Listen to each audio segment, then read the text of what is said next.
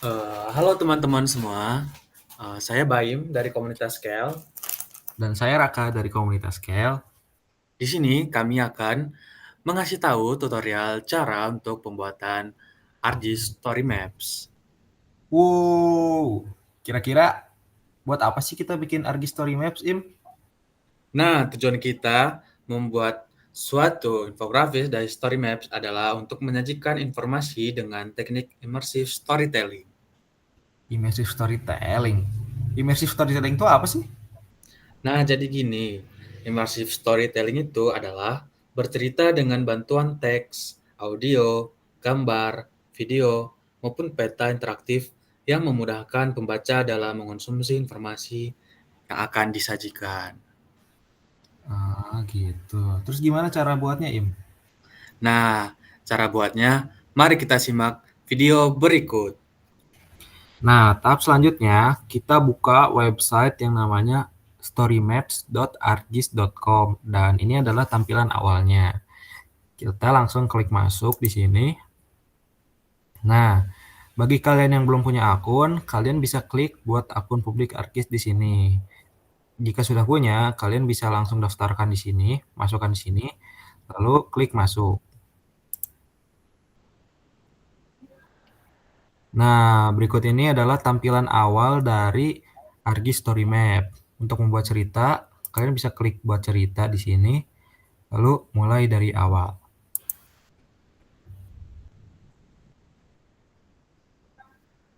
Berikut ini adalah tampilan awal dari ArcGIS Story Maps. Kalian bisa langsung masukkan judul ceritanya di sini dan berikan kata pengantar singkat atau subjudul. Contohnya seperti ini.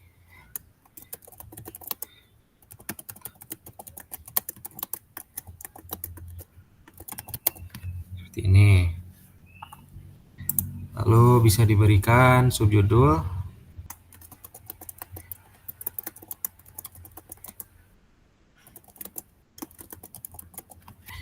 Nah, untuk mempercantik hasil dari sampul ini, kalian bisa menambahkan gambar maupun video sampul dengan klik ini. Lalu kita bisa mengunggah file yang sudah kita simpan sebelumnya.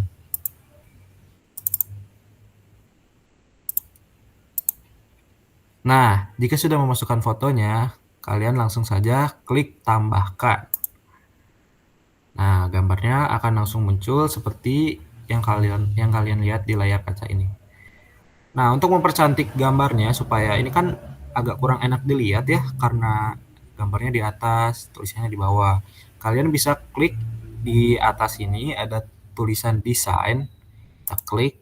Nah, kalian bisa mengubah sampul dari ArcGIS Story Map kalian sesuai selera. Bisa seperti ini atau mungkin saya akan coba yang ini ya. Nah, scroll ke bawah untuk memilih tema. Karena kita membahas tentang sejarah, saya rasa akan lebih cocok jika kita pakai yang ini. Nah, jika sudah, kita close saja. Nah, di sini akan ada tanda plus dan ada tulisan sampaikan cerita Anda. Nah, di sini kalian bisa langsung memasukkan cerita ataupun informasi yang ingin kalian sampaikan kepada para pembaca. Setelah itu, ketika kita ingin mempercantik eh, informasi yang akan kita sampaikan, kita harus mengklik tanda eh, plus yang berwarna hijau. Nah, di sini ada beberapa fitur-fitur ya yang akan kita gunakan nantinya, yang di mana yang paling pertama itu ada menambahkan teks. Nah, di sini kita terserah mau menambahkan paragraf, beberapa kata, atau kita mengubah gaya-gaya lain gitu. Yang kedua ada tombol, tujuannya untuk menarik atau mengarahkan pembaca ke sumber yang nantinya akan ke poin-poin yang akan selanjutnya gitu. Selanjutnya ada pemisah yang di mana nantinya akan memberikan isyarat visual yang tajam kepada pembaca. Nah, di sini adanya kode atau skrip pengembangan, nanti ini bergunanya untuk, apa ya, menggunakan cuplikan kode-kode yang format-format tertentu gitu. Selanjutnya visualisasi data. Nah, di sini nanti kita bisa membuat peta di mana ketika kita klik. Nah, di sini nanti kalau misalnya kita klik bagian peta, maka peta-peta yang kita olah-olah sebelumnya akan tersimpan di sini. Nah, seperti ini tampilannya, The Living Atlas, memakai model S3 atau Flash Artist Monthly Uniform Change. Nah, caranya nanti kita klik atas, yang kanan akan tampilkan data space baru. Nah, di sini kita bisa ubah si base map dari peta yang akan kita gunakan dengan mengklik topografi. Nah, pilih berbagai macam base map yang akan kita gunakan. Paling cocoknya akan kita gunakan yang berbentuk satelit. Nah, kita zoom aja ke arah kota Bandung.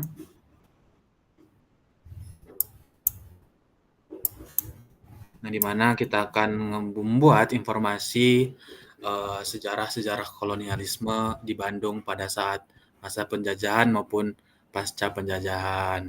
Nah, di sini juga terdapat fitur-fitur seperti memberi penanda, memberikan titik, memberi tambah poin bernomor, adanya gambar garis yang menghubungkan dari titik satu ke titik lain, dari nah, di sini ada garis secara bebas yang di mana nanti ini tujuannya untuk menghasilkan sebuah visualisasi yang lebih menarik perhatian pembaca gitu.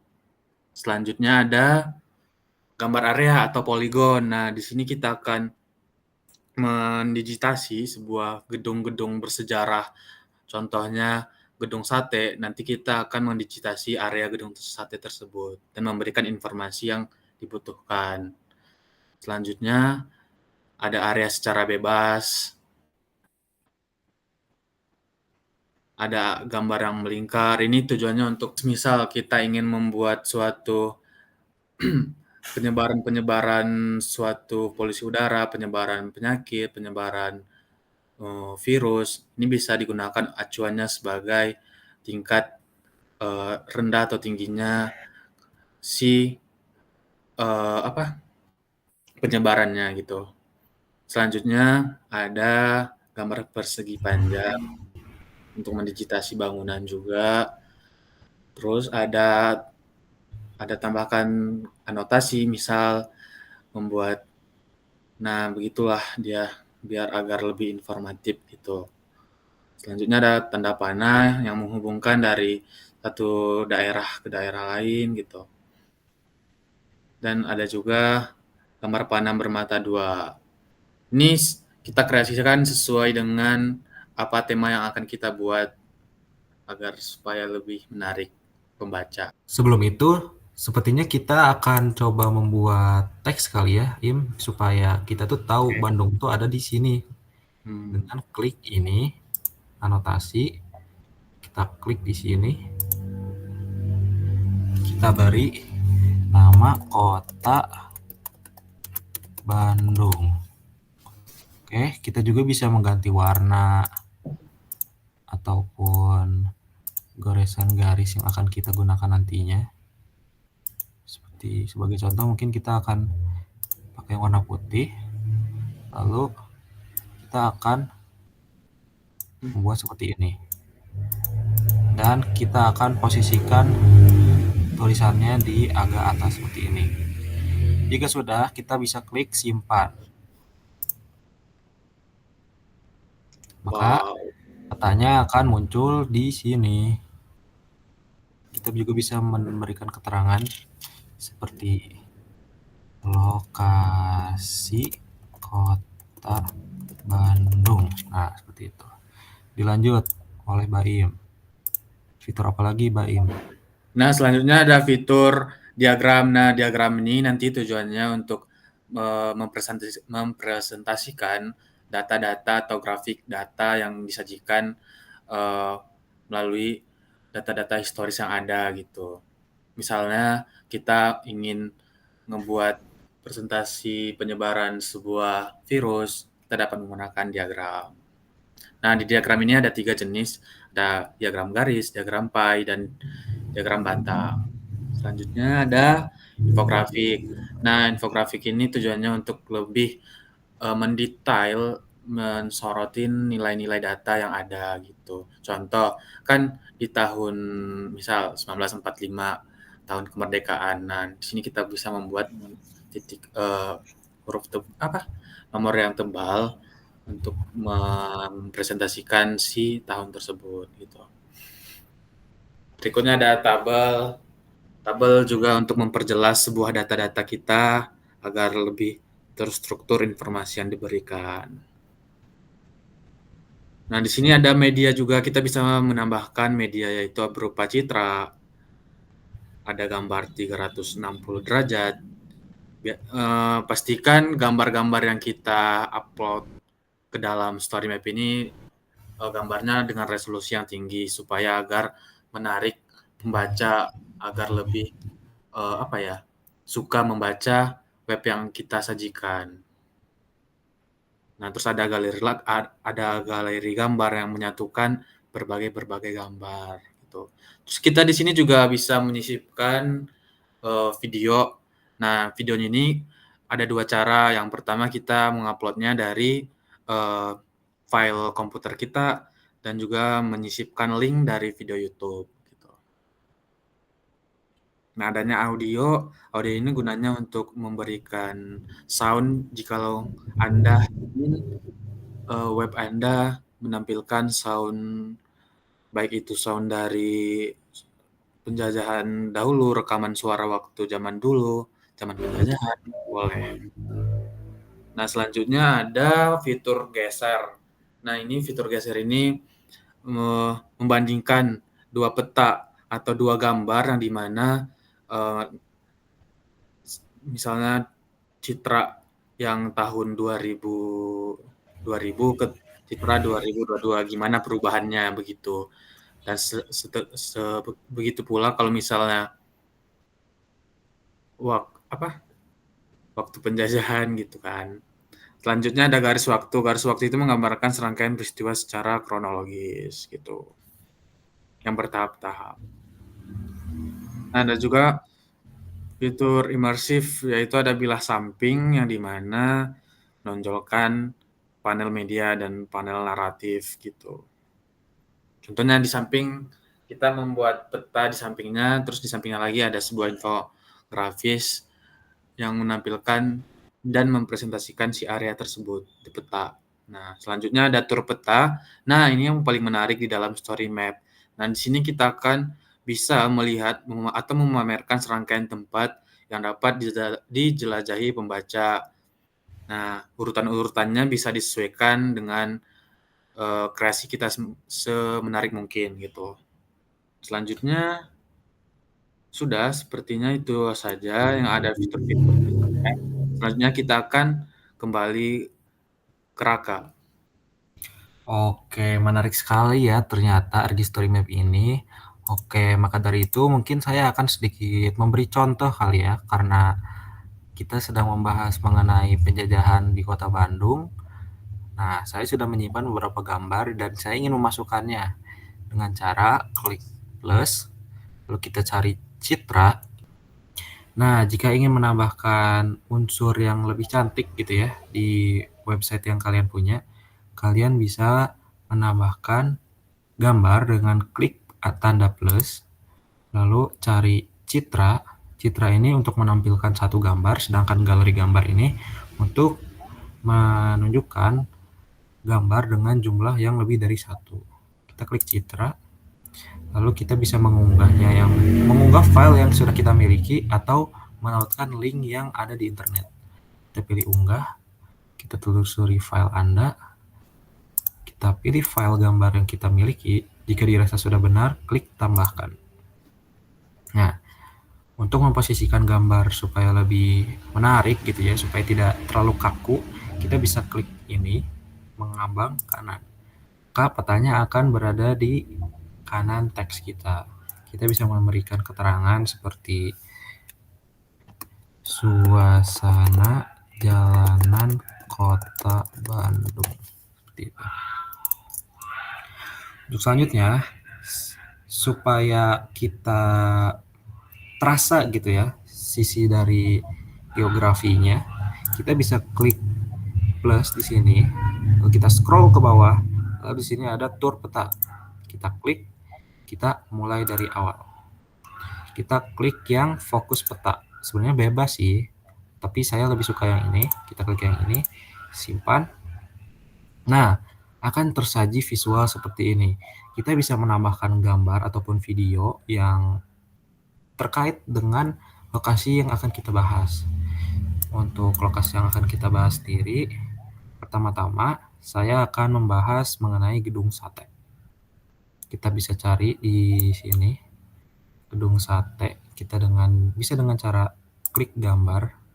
Jika kita sudah memiliki video ataupun gambar yang sudah disimpan dalam laptop Anda, kalian bisa klik telusuri file dan masukkan.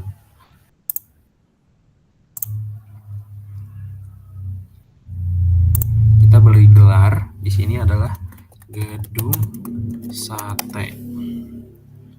Kita juga bisa memberikan deskripsi di sini. Nah, ini sudah diberikan deskripsi dan kita bisa menambahkan lokasinya.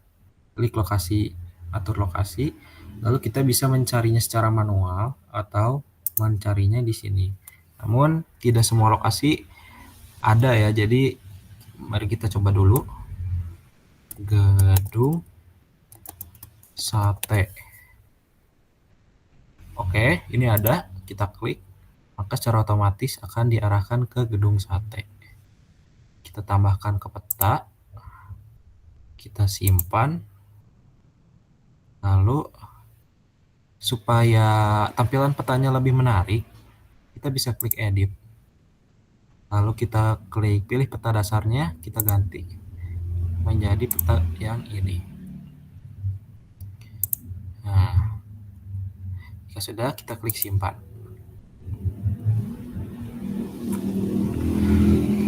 Karena lokasinya berdekatan, kita bisa klik edit lokasi lagi. Kita zoom. Lalu kita klik gunakan tingkat zoom saat ini. Kita simpan.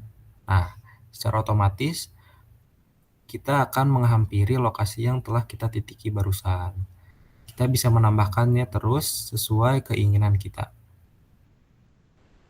Nah, setelah kita ngebuat tur peta dari sejarah Kota Bandung, nah berikut hasilnya. Ketika kita ngeklik angka 3, maka hasilnya seperti ini. Klik ke angka 4, hasilnya ada ini gitu. Agar tampilannya lebih menarik gitu ya, langsung ke petanya langsung dan menghasilkan infografis ataupun informasi-informasi umum. Bisa juga kita sajikan dalam gambar maupun video gitu. Nah, selanjutnya kita akan ngebuat pasca kemerdekaan di Kota Bandung dengan menggunakan tampilan geser gitu. Fitur geser pada story map. Nah, di sini kita bisa menambahkan media, citra, peta web, ataupun peta ekspres. Nah, kali ini kita akan menggunakan peta citra. Nah, berikut tampilan dari kita membuat peta geser, fitur geser pada gambar tempo dulu hingga citra satelit Bandung sekarang. Selanjutnya kita akan menambahkan kata-kata di bawahnya supaya lebih informatif.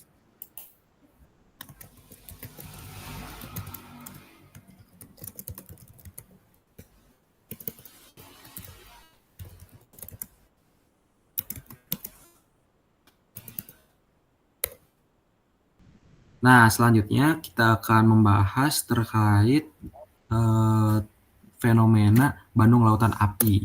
Kita bisa masukkan saja teksnya di sini. Lalu untuk memperindah, kita bisa menambahkan citra yang sudah kita miliki. Nah, di sini saya sudah menyimpan data jalur evakuasi pada saat Bandung Lautan Api. Nah, ini adalah gambar dari peta Bandung pada saat itu, yang dimana terdapat jalur evakuasi untuk masyarakat pada saat fenomena Bandung Lautan Api. Lalu supaya memperjelas apa sih Bandung Lautan Api itu, kita bisa menambahkan video dari YouTube dengan cara klik video, lalu kita klik tautkan. Nah, pastikan kalian sudah mempunyai link dari YouTube yang ingin kalian masukkan. Seperti ini, saya sudah punya. Ctrl V. Nah, jika sudah, kalian bisa klik tambahkan. Oke, secara otomatis videonya akan muncul dan di bawahnya akan ada judul dari video yang kita tambahkan. Kita pun bisa mengeditnya ya. Namun saya rasa tidak usah, mungkin saya hilangkan apinya aja. Apa kita usah? Ya. Untuk posisinya kita bisa pindahkan, misal seperti ini, supaya kita bisa membaca sekaligus menonton videonya. Dan inilah jalur evakuasinya. Kita bisa tambahkan keterangan seperti itu, dan untuk di bawah kita bisa menambahkan kredit, deskripsi singkat, lalu ada sumber ya, kita bisa menambahkan sumbernya juga di sini seperti itu. Dan jika kalian dirasa sudah cukup atau mungkin ingin melihat point of view dari para pembaca, kita bisa klik perhatiin jauh di sini di atas di samping desain, lalu kita klik ya lanjutkan. Nah, ini adalah sudut pandang dari pembaca ketika ArcGIS Story Map kita sudah dipublikasikan. Seperti ini, ada kota Bandung, ada teksnya, ada gambarnya. Di sini ada beberapa lokasinya. Dan berikut ada perbandingan dari kedua peta. Ada video YouTube yang bisa kita tonton. Lalu ada peta jalur evakuasinya. Baik, jika dirasa sudah cocok dan tidak ada yang perlu diubah-ubah lagi, kalian bisa klik X di bawah, kanan bawah, lalu ingin mempublikasikannya, bisa klik publikasikan, kita klik, lalu kita bisa setting untuk pribadi atau untuk semua orang atau public. Kita klik public, sudah, kita klik publikasikan. Nah, ini adalah tampilan ketika ArcGIS Story Map kalian berhasil dipublikasikan. Kalian bisa membagikannya via menyalin tautan, membagikannya di Facebook, X, LinkedIn, atau bahkan membagikan kode QR yang sudah terpampang di sini. Jadi, para pembaca bisa memindai kode QR yang di sini, baik itu di HP, di laptop, ataupun di tablet. Ya, mungkin segitu saja ya, Mbak Im. Nah, jadi teman-teman, beginilah cara pembuatan story map dari pengenalan fitur-fitur dan cara pembuatannya dari awal hingga akhir.